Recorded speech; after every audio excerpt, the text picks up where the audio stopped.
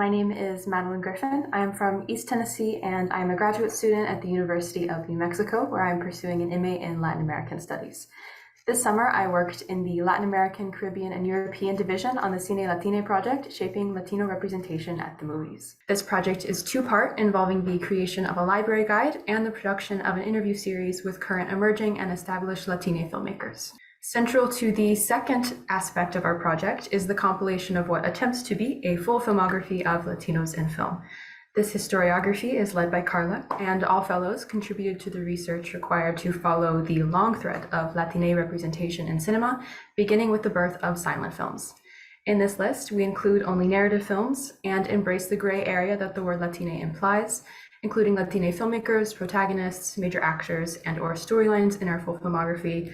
And update, as a side note, we now have over 500 of these titles, and it is still growing. As you can imagine and see here, not all of these titles provide accurate representations, but they are central to the history of US cinema. Although actors like Lupe Vélez and Ramón Navarro are some of the earliest and most famous Latine actors in the early decades of cinema, they too were often siloed into stereotypical depictions. At the same time, we see the growth of trailblazers like Anthony Quinn, pictured in this poster for his role in Back to Baton, who won the Academy Award in 1952 for his supporting role in Viva Zapata. And this photo depicts the Regal Theater and Savoy Ballroom in Chicago, which was a happy find for me because if you zoom in very close, on the billboard includes an advertisement for the newly released movie, Romance of the Rio Grande, starring Cesar Romero as the Cisco Kid. You can also see his picture in a poster right below the billboard. This movie is included in our full filmography, and Romero's performance offers one of the first heroic representations of a Mexican character in the history of US cinema. The Cisco Kid drastically changed how many saw themselves on screen, and the filmmakers we selected and highlighted in the interview series continue that work today. And this is a list of our confirmed speakers, a mix of emerging and established. As you can see, we are still working on securing our final interviewees, so stay tuned. And this is a screenshot of Alexis and I, the first filmmaker we interviewed. She really is such a talent, and I enjoyed conducting these interviews, which have the potential to reach a broader audience than just the LibGuide alone. And within the research guide, we also have an external resources page.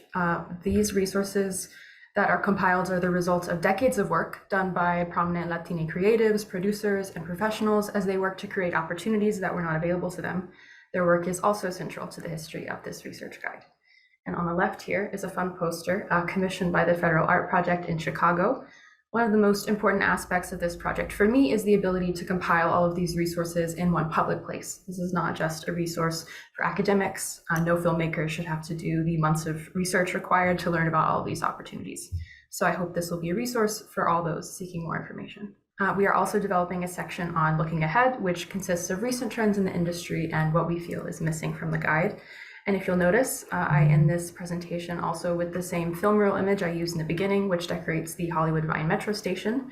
Over 100 years since the first title in our filmography was released, which is currently 1908, a lot has changed. However, a lot has not. And the films that populated the silent era through the talkies and into the present continue to evolve and shape what Latine representation is reflected in cinema.